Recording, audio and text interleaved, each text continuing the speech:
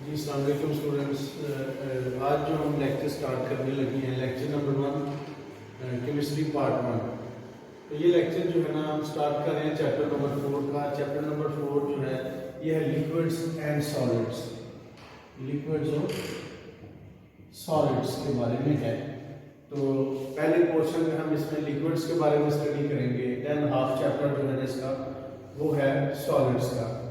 तो लिक्विड्स आपने पढ़ा है कि ये जो स्टेट्स ऑफ मैटर में, पीछे भी हमने चैप्टर 3 में पढ़ लिया हुआ है कि स्टेट्स ऑफ मैटर, मैटर की जो स्टेट्स हैं ये बेसिकली 4 स्टेट्स हैं। इसमें सॉलिड, लिक्विड, गैस और plasma, these are the 4 states of matter. और सॉलिड और लिक्विड जो है ना ये हम इस चैप्टर में पढ़ेंगे, जबकि गैस और प्लाज्मा ये चैप्टर नंबर 3 में आप पढ़ चुके हैं। ये चैप्टर नंबर 4 में दोनों स्टेट्स के बारे में हम पढ़ेंगे।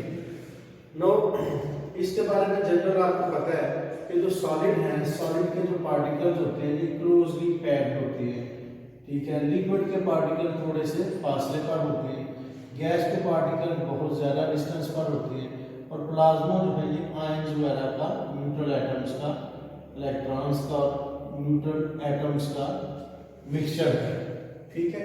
तो बेसिकली इनमें जो डिफरेंस है वो है फोर्सेस ऑफ अट्रैक्शन का, फोर्सेस ऑफ अट्रैक्शन। तो फोर्सेस ऑफ अट्रैक्शन जो है ये डिफरेंट है among the 3 states of matter, solid, liquid, gas. Solid के अंदर strong forces of attraction present होती हैं, लिक्विड के पार्टिकल्स इनके थोड़े से फासले पर होते हैं, इसलिए इनमें थोड़ी सी इंटरमॉलिक्यूलर जो फोर्सेस हैं वो थोड़ी सी वीक हैं। जबकि जो गैस है ये क्योंकि पार्टिकल वाइडली सेपरेटेड होते हैं, इस वजह से इनमें कोई फोर्सेस ऑफ अट्रैक्शन नहीं होती। नो जो फोर्सेस ऑफ अट्रैक्शन है ये 2 तरह की हैं। एक है इंटरमॉलिक्यूलर फोर्सेस, इंटरमॉलिक्यूलर फोर्सेस, और सेकंड टाइप ऑफ फोर्सेस है वो है इंट्रामॉलिक्यूलर फोर्सेस। इंटरमॉलिक्यूलर फोर्सेस और इंट्रा, दो वर्ड्स हैं, इंटर और इंट्रा। इंटर का मतलब होता है बिटवीन द मॉलिक्यूल्स, 2 मॉलिक्यूल्स के दरमियान जो फोर्सेस ऑफ अट्रैक्शन है उन्हें हम कहेंगे इंटरमॉलिक्यूलर फोर्सेस। और इंट्रामॉलिक्यूलर फोर्सेस क्या है? With in the same molecule, with in the same molecule, यानी एक ही मॉलिक्यूल के अंदर जो फोर्सेस ऑफ अट्रैक्शन होंगी उन्हें हम क्या कहेंगे? इंट्रामॉलिक्यूलर फोर्सेस ऑफ अट्रैक्शन कहेंगे। मसलन वाटर है, वाटर आपको पता है H2O इसका फार्मूला है, ये इसका स्ट्रक्चर है HOH। अब ये दूसरा मॉलिक्यूल है वाटर का, ये तीसरा मॉलिक्यूल है वाटर का। ये ऑक्सीजन के ऊपर पार्शियल नेगेटिव चार्ज होता है और हाइड्रोजन के ऊपर पार्शियल पॉजिटिव चार्ज होता है, क्योंकि जो इलेक्ट्रोनेगेटिविटी है वो ऑक्सीजन की वो ज़्यादा होती है हाइड्रोजन से, तो ऑक्सीजन के ऊपर पार्शियल नेगेटिव चार्ज होगा, जबकि हाइड्रोजन के ऊपर पार्शियल पॉजिटिव चार्ज होगा। अब इसमें क्या होता है कि जो पार्शियल नेगेटिव है जाहिर है ये दूसरा मॉलिक्यूल है, ये एक मॉलिक्यूल है और ये एक और मॉलिक्यूल है। अब इसका जो पॉजिटिव है इसके नेगेटिव को क्या करेगा? अपनी तरफ अट्रैक्ट करेगा by means of electrostatic force of attraction. इसका जो पॉजिटिव है वो उसके नेगेटिव को अट्रैक्ट करेगा, ठीक है।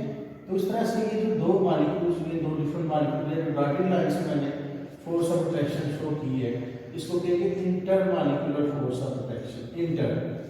और मॉलिक्यूल के अंदर देखिए अगर आप कि ये जो है ना सॉलिड लाइन है, हाइड्रोजन, 2 हाइड्रोजन के एटम और एक ऑक्सीजन के एटम, ये कैसे आपस में एक दूसरे से अट्रैक्टेड हैं। ये जो फोर्स ऑफ अट्रैक्शन है ये है इंट्रामॉलिक्यूलर फोर्स ऑफ अट्रैक्शन, इसको हम कहेंगे, ठीक है। इंटर और इंट्रा में मुझे उम्मीद है आपको समझ आ गई होगी। अब इसमें अगर हम बात करेंगे कौन सी स्ट्रॉन्ग फोर्स ऑफ अट्रैक्शन है, इंटरमॉलिक्यूलर फोर्सेस है ये 2 मॉलिक्यूल के दरमियान है, ये वीक फोर्सेस होती हैं, जबकि जो इंट्रामॉलिक्यूलर फोर्सेस हैं ये स्ट्रॉन्ग फोर्सेस ऑफ अट्रैक्शन होती हैं, ठीक है।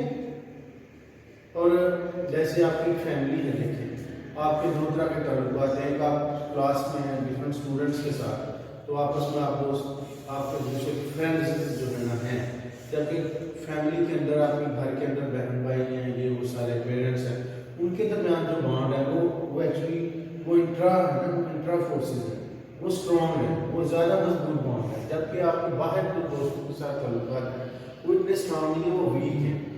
तो बिल्कुल इसी तरह इंटर मॉलिक्यूलर फोर्सेस वीक होती हैं, जबकि इंट्रा मॉलिक्यूल के अंदर जो है वो स्ट्रॉन्ग होती है। इंटर मॉलिक्यूलर फोर्सेस कितनी टाइप की हैं?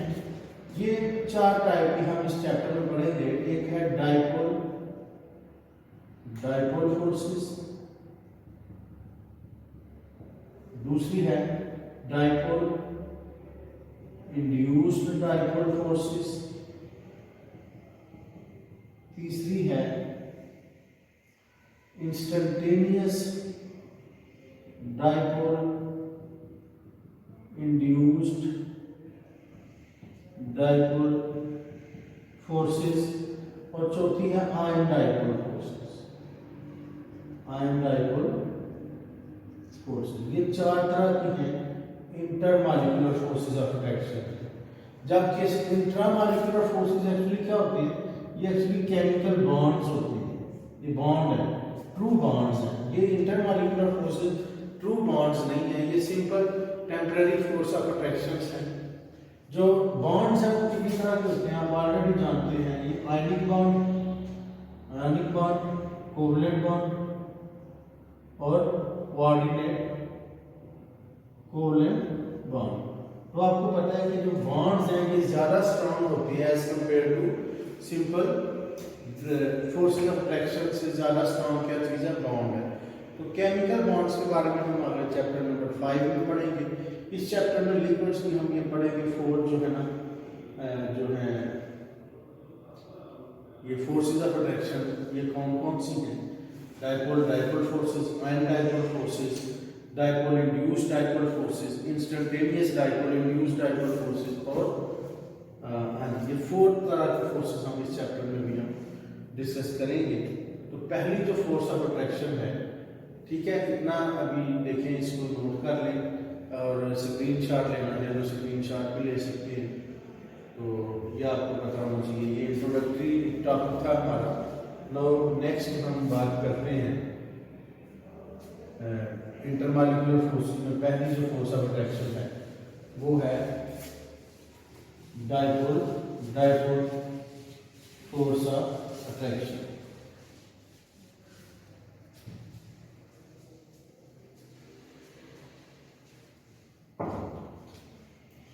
फर्स्ट है डाइपोल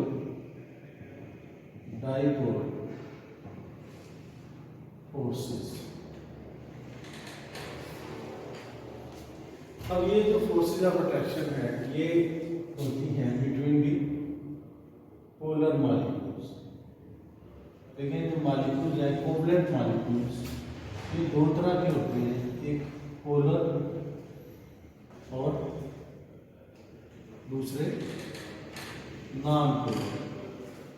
जो पोलर मॉलिक्यूल्स हैं, नॉन पोलर मॉलिक्यूल्स क्या होते हैं? पोलर मॉलिक्यूल्स होते हैं ऐसे molecule which consist of same atoms, एक ही तरह के एटम पर मुश्तमिल हो। जैसे हाइड्रोजन मॉलिक्यूल है, 2 हाइड्रोजन के एटम है, क्लोरीन मॉलिक्यूल है, 2 क्लोरीन के एटम्स हैं। तो जब दोनों एटम एक जैसे हैं तो ये नॉन पोलर होगा। अगर 2 एटम डिफरेंट है, जैसे HCl है, HF है, वाटर है, अमोनिया है, NH3, 3 हाइड्रोजन एटम है, तो ये डिफरेंट मॉलिक्यूल है। अगर तो ये जो होगा, ये ज़्यादा 2 डिफरेंट एटम है तो ये शेयर पेयर ऑफ इलेक्ट्रॉन ये ज़्यादा किसके करीब होंगे? ये स्ट्रॉन्ग इलेक्ट्रोनेगेटिव इसके करीब होंगे, तो इसके ऊपर नेगेटिव चार्ज आ जाएगा, इसके ऊपर पॉजिटिव। जिस एटम की इलेक्ट्रोनेगेटिविटी ज़्यादा होगी वो नेगेटिव होगा, जिसकी कम होगी उसके ऊपर पॉजिटिव चार्ज होगा। ठीक है, तो ये जो है ना ये पोलर है, पोल बन गए हैं इनके अंदर। क्या बन गए हैं? पोल। पोल का मतलब क्या है? एंड। पोल मीन्स एंड्स, 2 सिरे, 2 कोने बन गए। पॉजिटिव कोना है, एक नेगेटिव एंड है, तो ऐसे मॉलिक्यूल्स को हम कहते हैं पोलर मॉलिक्यूल। ठीक है, तो पोलर मॉलिक्यूल में जो फोर्सेस ऑफ अट्रैक्शन है वो कौन सी है? Dipole forces of attraction. और जो नॉन पोलर मॉलिक्यूल्स हैं वो उनमें जो फोर्सेस ऑफ अट्रैक्शन है नॉन पोलर में, पोलर में याद रखें कौन सी है? Dipole forces. नॉन पोलर में कौन से फोर्सेस ऑफ अट्रैक्शन है? इनमें जो फोर्सेस ऑफ अट्रैक्शन है ये है इंस्टेंटेनियस डाइपोल और इंड्यूस्ड डाइपोल फोर्सेस अगर सिर्फ नॉन पोलर मॉलिक्यूल। और अगर पोलर और नॉन पोलर मॉलिक्यूल, एक पोलर मॉलिक्यूल है, एक नॉन पोलर मॉलिक्यूल है, तो उनमें कौन सी फोर्सेस ऑफ अट्रैक्शन होंगी? अगर एक पोलर है और एक नॉन पोलर है तो इसमें कौन सी होगी? इसमें होगी जी, इसमें जो फोर्सेस ऑफ अट्रैक्शन होगी ना उसका नाम होगा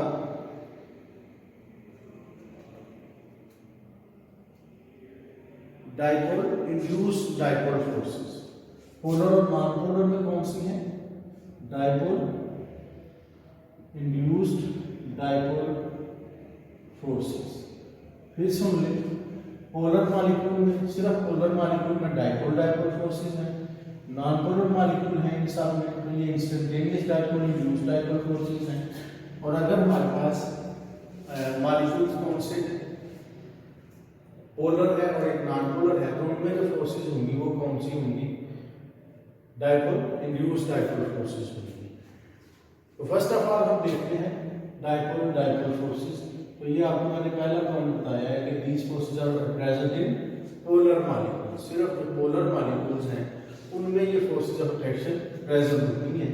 पोलर मॉलिक्यूल्स कैसे बनते हैं? Polar molecules consist of to dissimilar atoms.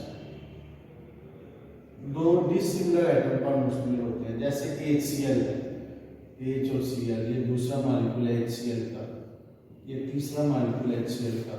अब इसमें वर्ड है डाइपोल, डाई और पोल। डाई में टू और पोल में एंड्स, दो एंड्स, दो कोने, एक पॉजिटिव कोना एक नेगेटिव कोना। तो ये पार्शियल, जिस एटम की इलेक्ट्रोनेगेटिविटी ज्यादा होगी, जो मोर इलेक्ट्रोनेगेटिव एटम होगा उसके ऊपर क्या होगा? Charge partial negative charge. और जो लेस इलेक्ट्रोनेगेटिव एटम होगा उसके ऊपर क्या चार्ज होगा? पार्शियल पॉजिटिव चार्ज होगा। अब क्यों? क्योंकि जो ज्यादा इलेक्ट्रोनेगेटिव एटम है वो इन इलेक्ट्रॉन को स्ट्रेट अट्रैक्टर को अपनी तरफ खींच लेगा, ज्यादा अट्रैक्ट करेगा। तो ये इलेक्ट्रॉन किसके करीब हो जाएंगे? क्लोरीन के ज्यादा करीब होंगे, हाइड्रोजन से दूर होंगे। तो इसलिए इस एंड के ऊपर इलेक्ट्रॉन के ऊपर नेगेटिव चार्ज होता है तो इसके ऊपर क्या आ जाएगा? Partial negative charge. और हाइड्रोजन के ऊपर क्या आ जाएगा? पार्शियल पॉजिटिव, क्योंकि इलेक्ट्रॉन की कमी रहेगी हाइड्रोजन के ऊपर। इलेक्ट्रॉन, ये इसका मतलब हरगिज नहीं है कि ये इलेक्ट्रॉन मुकम्मल तौर पर क्लोरीन ने गेन कर लिए हैं, बल्कि ये इलेक्ट्रॉन दोनों एटम के गेन घूम रहे हैं, लेकिन ज्यादा करीब किसके हैं? क्लोरीन के ज्यादा करीब है, क्योंकि उसकी खींचने की ताकत ज्यादा इलेक्ट्रॉन को, और हाइड्रोजन से दूर है क्योंकि उसकी इलेक्ट्रॉन को खींचने की ताकत कम है। तो इस वजह से ये पार्शियल नेगेटिव चार्ज होगा, इसके ऊपर पार्शियल पॉजिटिव। सिमिलरली ये दूसरा मॉलिक्यूल भी partial negative, partial positive, partial positive, partial negative. अब हर जो मॉलिक्यूल है वो किसमें चेंज हो गया? Each molecule change into dipole. ये एक डाइपोल है, ये दूसरा डाइपोल है, ये तीसरा डाइपोल है, ठीक है। हर मॉलिक्यूल किसमें चेंज हो गया? डाइपोल में, यानी इसमें दो पोल क्रिएट हो गए हैं। और ये पोल क्यों क्रिएट हुए हैं? ये क्रिएट हुए हैं due to difference of electronegativity की वजह से, ठीक है। जिस एटम की इलेक्ट्रोनेगेटिविटी ज्यादा है उसके ऊपर पार्शियल नेगेटिव चार्ज आ जाता है, जिसमें कम है उसके ऊपर पार्शियल पॉजिटिव चार्ज आ जाता है, ठीक है। तो ये जो ना वी हैव डाइपोल्स। अब क्या होगा? एक मॉलिक्यूल का पॉजिटिव एंड दूसरे मॉलिक्यूल के नेगेटिव एंड, यानी एक डाइपोल का पॉजिटिव एंड दूसरे मॉलिक्यूल के नेगेटिव एंड को अपनी तरफ पॉजिटिव एंड को क्या करता है? अट्रैक्ट करता है ना, सो अट्रैक्ट करेगा। ये जो फोर्स ऑफ अट्रैक्शन होगी ना between the partially positive charge of one molecule with the partially positive charge of second molecule, this force of attraction is known as dipole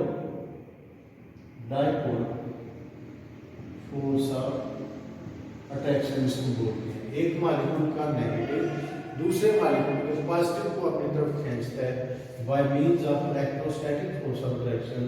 this electrostatic force of attraction is called dipole force of attraction, ठीक है। तो ये इसकी definition होगी, the electrostatic force of attraction between the partially positive charge of one dipole and positive negative end of another dipole, this is called dipole force of attraction। तो कौन कौन से फैक्टर्स हैं, फैक्टर्स अफेक्टिंग डाइपोल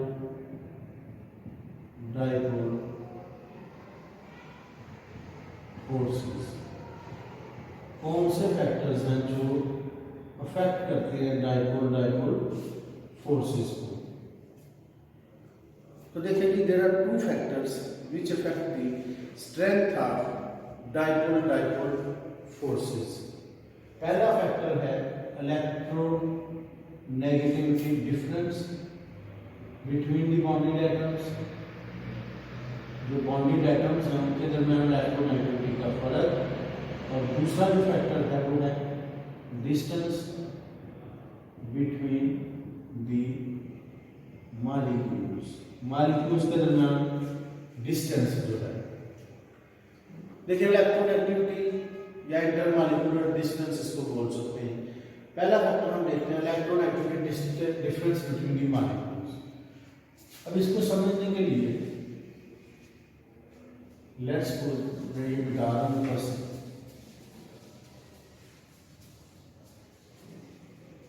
बस हम हमारे पास ये molecule है HF, HCl, HBr और HI, ये मॉलिक्यूल्स हैं हमारे पास। क्लोरीन की इलेक्ट्रोनेगेटिविटी सबसे ज़्यादा है, ये 4 होती है। क्लोरीन की इलेक्ट्रोनेगेटिविटी उससे कम है, तकरीबन 3 के राउंड अबाउट है, 3.12 के करीब है। इसकी उससे कम है 2.67 के करीब है, ये तकरीबन 2 के करीब है अप्रॉक्सीमेटली। हाइड्रोजन की 2.1 होती है। तो सबसे ज़्यादा इलेक्ट्रोनेगेटिविटी फ्लोरीन की है, सबसे कम इलेक्ट्रोनेगेटिविटी हाइड्रोजन आयोडाइड की है, आयोडीन की है। ठीक है, तो डिफरेंस सबसे ज़्यादा किसमें होगा? इसमें डिफरेंस देखते हैं 2.1 - 4, 1.9 का डिफरेंस आ रहा है ना दोनों एटम्स के दरमियान। इसमें डिफरेंस कितना आ रहा है? 1 का। इसमें 2.6 - 2.1, ये तकरीबन 0.5 का डिफरेंस आ रहा है, और इसमें तकरीबन 0.1 का डिफरेंस आ रहा है। तो सबसे ज़्यादा डिफरेंस ऑफ इलेक्ट्रोनेगेटिविटी फर्क किसमें है? HF में है। तो उसका मतलब है इसके ऊपर पार्शियल नेगेटिव और पार्शियल पॉजिटिव चार्ज भी ज़्यादा होगा, क्योंकि ये इलेक्ट्रॉन ज़्यादा इसके करीब रहेंगे, इससे ज़्यादा दूर रहेंगे, तो इसमें पॉजिटिव नेगेटिव चार्जेस का जो मैग्नीट्यूड है वो ज़्यादा होगा। इसमें उससे कम होगा, इसमें उससे कम होगा। इस हाइड्रोजन आयोडाइड में सबसे कम होगा, ये कम पार्शियल नेगेटिव और ये कम पार्शियल पॉजिटिव चार्ज होगा। तो अगर इसमें स्ट्रेंथ ऑफ इंटरमॉलिक्यूलर फोर्सेस की बात की जाए डाइपोल फोर्सेस की, तो सबसे ज़्यादा किसमें स्ट्रॉन्ग है? HF में सबसे स्ट्रॉन्ग डाइपोल फोर्सेस होंगी, और HI में सबसे वीक डाइपोल फोर्सेस जो है ये होंगी। ठीक है, तो अगर हम इसका मेल्टिंग पॉइंट और बॉइलिंग पॉइंट की बात करें, तो मेल्टिंग और बॉइलिंग पॉइंट किसका ज़्यादा होगा?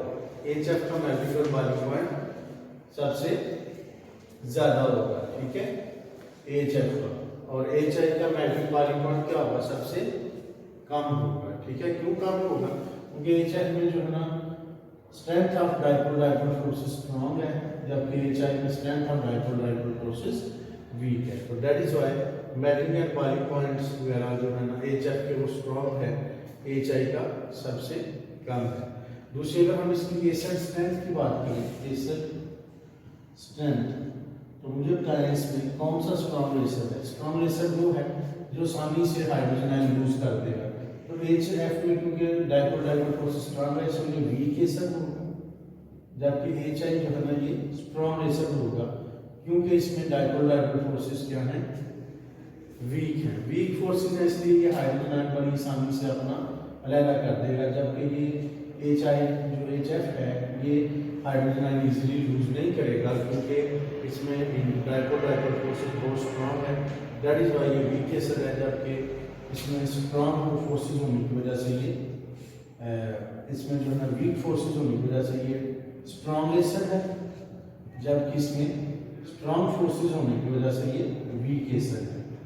ठीक है, तो ओवरऑल इलेक्ट्रोनेगेटिविटी डिफरेंस जितना ज़्यादा होता जाएगा उतनी जो है ना डाइपोल फोर्सेस स्ट्रॉन्ग होती जाएंगी। डायरेक्टली प्रोपोर्शनल है ये dipole forces. The greater the electronegativity difference between the bonded atoms,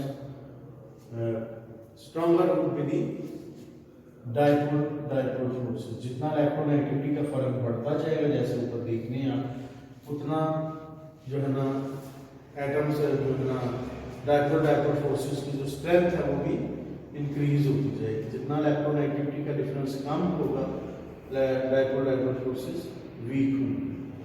ठीक है, तो ये एग्जांपल है, ये इसको आपने देखना है, याद करना है।